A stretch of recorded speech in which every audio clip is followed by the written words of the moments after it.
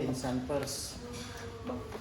Sore malam hari ini kami membuat laporan polisi terkait dengan dugaan tindak pidana pencurian atau pencurian dengan kekerasan dan atau tindak pidana pencucian uang sebagaimana dimaksud oleh pasal 362 KUH pidana junto 365 KUH pidana junto tindak pidana pencucian uang pasal 3, 4 dan 5.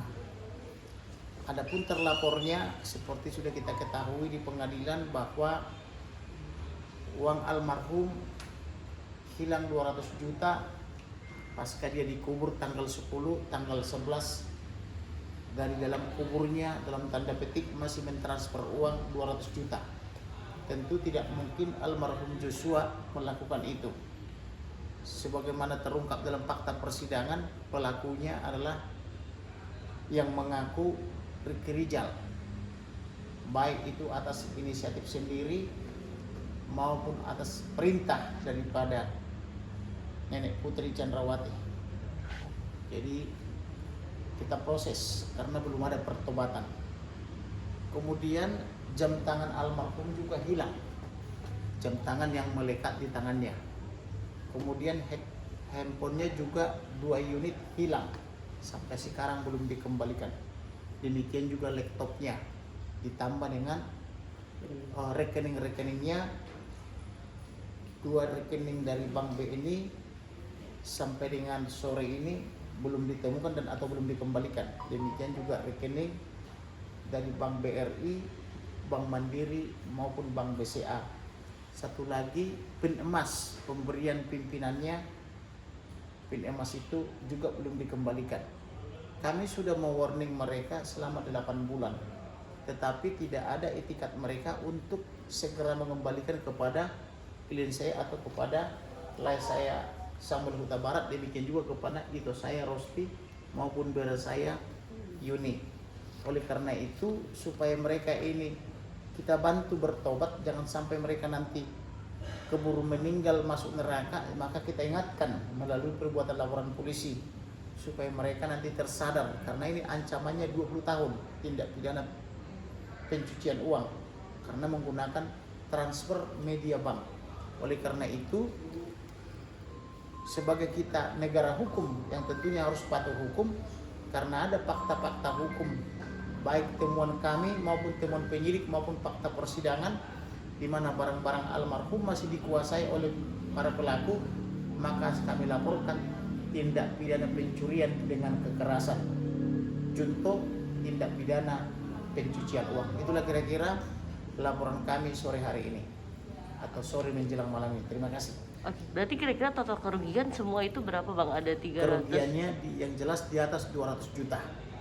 Termasuk handphone dan laptop? Termasuk handphone dan laptop di atas 200 juta. Karena yang sudah nyata ada perpindahan uang tanggal 11 Juli yang harusnya itu jadi milik ahli waris, sampai sekarang tidak kembali. Jadi itu sudah 200 juta ditambah nilai laptop, handphone, ditambah dengan apa itu pin emas, jam tangan dan sebagainya, tentu di atas 200 juta.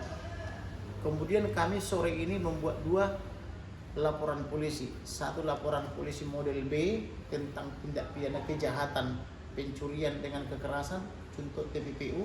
Satu lagi laporan polisi model C. Model C ini untuk mengganti atau untuk pengurusan segala barang-barang milik almarhum, untuk mengurus hak-haknya, apakah itu hak taspen, asabri dan hak-hak lainnya. Karena almarhum dengan dia meninggal tentu ada pewarisan, akibat kematian itu adalah pewarisan. Nah, ahli warisnya itu ada 5, yaitu klien saya Samuel Huta Barat, itu saya Rosti Simanjuntak, bera saya Yuni, dan adiknya 2 lagi siapa namanya, sama Maharija ya, sama Devinita ya. Jadi ahli warisnya ada 5. Maka yang berhak atas semua barang-barang almarhum itu pasca beliau dibantai atau dibunuh adalah ahli warisnya yang 5 orang. Tetapi para pelaku ini bukan ahli waris, jadi dia tidak berhak mengambil barang-barang daripada almarhum. Begitu kira-kira. Kemudian karena disebutkan 8 bulan ya, kenapa kok bisa begitu lama kok baru hari ini? Waktu itu saya sudah bertemu dengan Kabareskrim Polri, Kompas. menjelaskan bahwa ada yang hilang milik almarhum. Tadinya harapan kami laporan pasal 340, junto 338, junto 351 ayat 3, junto pasal 55 ayat 1 KUH pidana akan dikembangkan oleh penyidik. Karena saya sudah menghadap sendiri kepada Kabareskrim, bahkan di depan saya dipanggil dua direktur berpangkat Brigjen Pol, yaitu Dirtipidum Polri dan Dirkrimsus atau Direktur Ekonomi dan Khusus, tentang penyampaian saya bahwa berdasarkan laporan intelijen saya waktu itu ada dugaan pencurian uang 200 juta pada tanggal 11 Juli. Nah, harapan saya waktu itu akan ada pengembangan penyidik, ternyata tidak dikembangkan. Yang fokus mereka itu hanya fokus kepada pembunuhan terencana junto pembunuhan biasa, dan yang dibuktikan di pengadilan hanyalah pembunuhan terencana dengan ancaman atau dengan vonis untuk Ferdy Sambo dari tuntutan seumur hidup menjadi pidana mati, untuk Putri dari tuntutan 8 tahun divonis menjadi 20 tahun, untuk Kuat Maruf dari 8 tahun menjadi 15, untuk Ricky Rizal dari 8 menjadi 13, dan untuk Barada Richard Eliezer dari 8 tahun dituntut menjadi dari 12 tahun dituntut menjadi 1,5 tahun. Artinya di sini memang ada putusan yang sangat kontroversial, di mana ada yang diberatkan sampai hampir 2,5 kali lipat, tetapi ada juga yang sangat diringankan dengan diskon hampir 85 sampai 90%, yaitu untuk Barada Richard Eliezer. Barada Richard Eliezer berhak mendapatkan itu karena dia telah bersikap baik, menyesali perbuatannya, meminta maaf dan berjanji dia mengungkap perkara ini, dan itu semua sudah terjadi, maka dia layak mendapatkan itu. Sedangkan yang lain sampai dengan sore malam hari belum bertobat, belum meninggalkan cara-cara yang jahat, maka wajar mereka divonis lebih berat daripada tuntutan.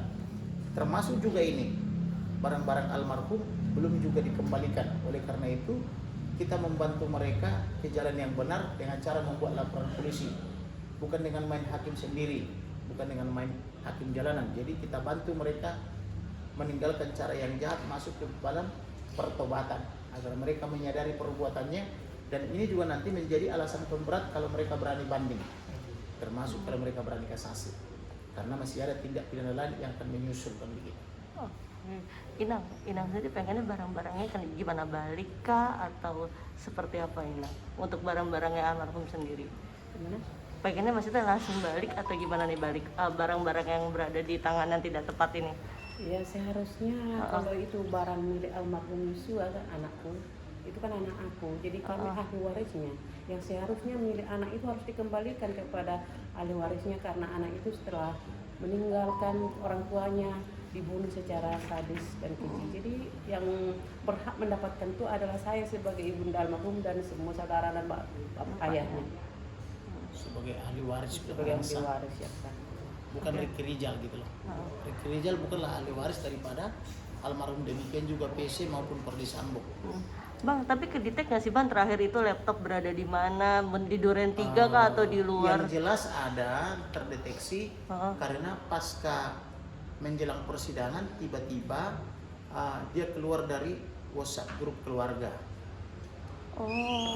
Jadi selama proses penyidikan sampai penuntutan mereka itu tetap satu grup, artinya mereka mencoba berusaha memantau WhatsApp keluarga. Tetapi ketika mau sudah penyidikan pengadilan atau sudah mau persidangan, mereka keluar dari grup, dalam arti Joshua keluar dari grup keluarga. Itu juga saya laporkan kepada Kabareskrim Polri maupun kepada penyidik Polri. Jadi karena tidak dilakukan pengembangan, maka kita buatkan laporan. Harapan kita tadinya polisi membuat pengembangan, jadi dari pasal 340 junto 338 harusnya ada juga ke pengembangan tentang pencurian dengan kekerasan. Tapi tidak apa-apa, kita tetap bersyukur apapun yang sudah terjadi. Memang kita harus berjuang lagi untuk membuktikan dugaan tindak pidana pencurian dengan kekerasan. Begitu kira-kira. Izin Pak, berarti laporan ditujukan ke siapa Pak? laporan kita tujukan kepada polisi. Tentu kita buat laporan di Polda Jakarta Selatan, tetapi terlapornya memang dibikin sementara dalam lidik, tetapi di dalam fakta-fakta persidangan Ricky Rizal sudah mengakui bahwa dialah yang menguasai handphone dan laptop serta melakukan perbuatan pemindahan uang dan atau pencurian uang itu dengan dalil menurut dia itu uangnya Putri, tetapi menurut pemahaman kami itu uangnya ahli waris. Kemudian juga untuk mencegah juga polemik di tengah masyarakat, karena ada masyarakat beranggapan ada uang 100 triliun kurang 1 rupiah di rekening Joshua, maka kami mengurus surat keterangan untuk mengurus pengecekan rekeningnya, karena buku-bukunya kan semua dikuasai oleh para terpidana kan begitu. Bang, untuk bukti-bukti yang dibawa ke Polres ini apa aja? Bukti-bukti yang kami bawa pertama surat kuasa, karena yang melapor saya tentu harus disertai dengan surat kuasa, dan surat kuasa itu sudah diberikan tahun yang lalu. Namun ini baru kita proses karena tadinya kita berharap uang itu menjadi barang bukti di dalam persidangan. Barang-barang itu juga menjadi barang bukti persidangan seperti jam tangan, handphone 2, laptop sama pin emasnya, sama apa lagi tadi? Harusnya itu menjadi barang bukti. Ternyata tidak ada dalam barang bukti. Setelah saya menyimak tadi pertimbangan-pertimbangan majelis hakim, termasuk juga mendengarkan apa itu barang bukti yang tetap melekat dalam berkas untuk obstruction of justice, tidak ada menyebutkan barang-barang laptop, handphone maupun pin emas maupun buku rekening bank termasuk ATM-nya. Jadi yang ada cuma dompet tanpa isi. Nah, oleh karena itu setelah final putusan 340 dan mereka juga belum menyadari kejahatannya, masih malah si Kuat Maruf masih petantang-petenteng dengan memberikan